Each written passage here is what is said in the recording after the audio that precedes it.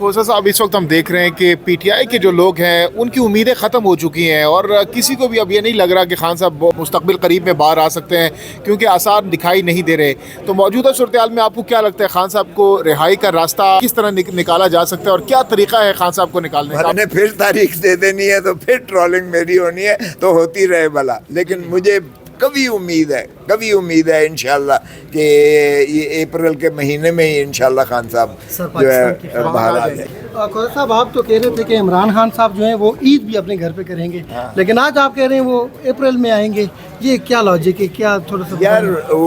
वो उस वक्त भी आ जाना चाहिए था। मैं आपको बताऊं, अगर ये केस समाप्त हो जाता, उस दिन तारीख लगी हुई थी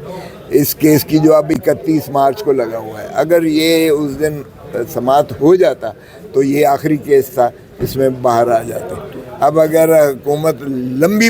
लेट जाती है और वो जो है गिड़ा के तारीखें मांगती है और कहती है कि हमने वकील रखना है, हमारा वकील नहीं है, और वो एडवोकेट जनरल बन गया है पंजाब का, चूँकि जब उसने सज़ा करवाई तो इनाम के तौर पर उसे एडवोकेट जनरल पंजाब बना दिया गया। बाहर के इस तरह के अगर ताख़ीरी हरबे आप इस्तेमाल करते हो तो फिर मैंने एक और बात भी की थी, मैं क्या इंशाअल्लाह इमरान खान बाहर आएगा, तो अल्लाह ने अगर चाहा तो शायद अभी मंजूर नहीं था। तो अब मैं समझता हूँ कि ये केस ज़्यादा से ज़्यादा 1 पेशी 2 पेशी 3 पेशी तो चले, अप्रैल में 2 3 4 पेशियाँ पड़ जाएंगी, लेकिन एक ही केस रह गया है जिसमें बाहर है। सो इसलिए जब मैं ये कह रहा हूँ कि अप्रैल में इंशाल्लाह बाहर आ जाएंगे, तो मैं यही तवक्को कर रहा हूँ कि ये केस समाप्त हो जाएगा। जिस दिन समाप्त होगा इंशाल्लाह इमरान खान बाहर। पहली तारीख भी हो जाएगा आप यार, ये पहली तारीख का मतलब है तारीख समाप्त तो हो ना,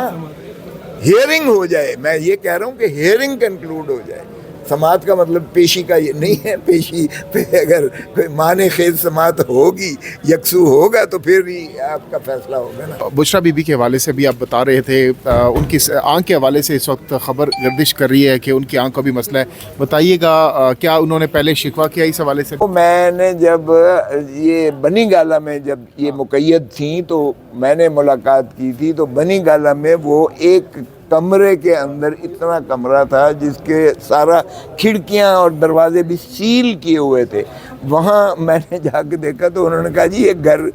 हाउस अरेस्ट नहीं है, ये तो उससे भी बदतर है जो जेल में जिस तरीके से एक बैरक होती है। ये आप देखें कि ना मैं बाहर देख सकती हूँ, ना बाहर से हवा और सूरज आ सकता है। ये घर का जो फसाड इन्होंने बनाया है, यहाँ तो बिल्कुल कैद तन्हाई है। और फिर इन्होंने कोई चीज़ ऐसी मुझे खिलाई है जिससे मेरी नाक कान आँखों से सफ़ेद मादा जो है निकला है, और सारा मेरा पेट ये जलन जो है इतनी ज़्यादा थी कि 1 हफ़्ता पूरा मैं ना खा सकी ना पी सकी। बुशरा बीबी ने खुद बताया। और फिर उसके बाद मैंने आके हाई कोर्ट में ये उस वक्त बात की थी, और फिर हमने रिट करके बीबी को बनी गाला से शिफ्ट करवाया अडियाला जेल में। कभी कोई घर से शिफ्ट होता है, लेकिन इतनी ज़्यादा अजियतनाक थी। मगर बीबी चूँकि तहज्जुद गुजार हैं और उनकी विल पावर बड़ी स्ट्रॉन्ग है, इसलिए वो उस पर जो है काबू पा गई, और अल्हम्दुलिल्लाह फिर वो जो है अडियाला जेल में आकर कम से कम वो अपना कैदियों के साथ बाकी। अच्छा खोसा साहब, ये बताइएगा कि सब के बावजूद कि बुशरा बीबी और ख़ान साहब की आंख का मसला बना हुआ है, आपके केसेस की सुनवाई नहीं होती, अदालतों में जाते हैं, पहले तो केसेस नहीं लगते हैं तो फिर गैर मुअय्यना मुद्दत तक मुलतवी हो जाते हैं। वो कल क्या कर रहे हैं तहरीक इंसाफ के, क्यों नहीं केसेस लगा पा? कल लगा हुआ है सर, कल लगा हुआ है, वही कल लगा हुआ है अलकादर वाला, या जिसको 190 मिलियन पाउंड वाला केस कहते हैं, उसी में सिर्फ खान साहब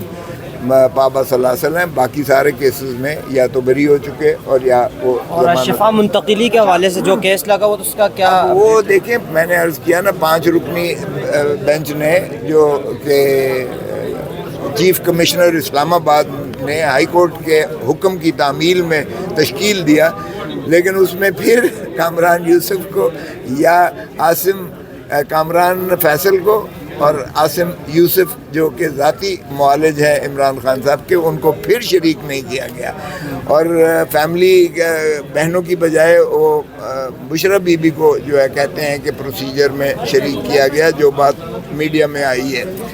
لیکن چونکہ ہمیں رپورٹ نہیں ملی ہے اور ہمیں جو ہے ملاقات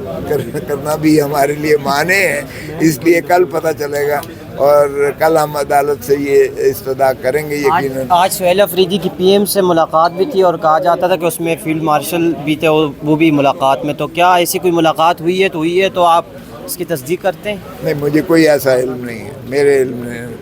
نہیں ہے۔ اچھا کھوسا صاحب یہ بتائیے گا کہ جہاں پہ دنیا کی مذاکرات پاکستان میں ہو رہے ہیں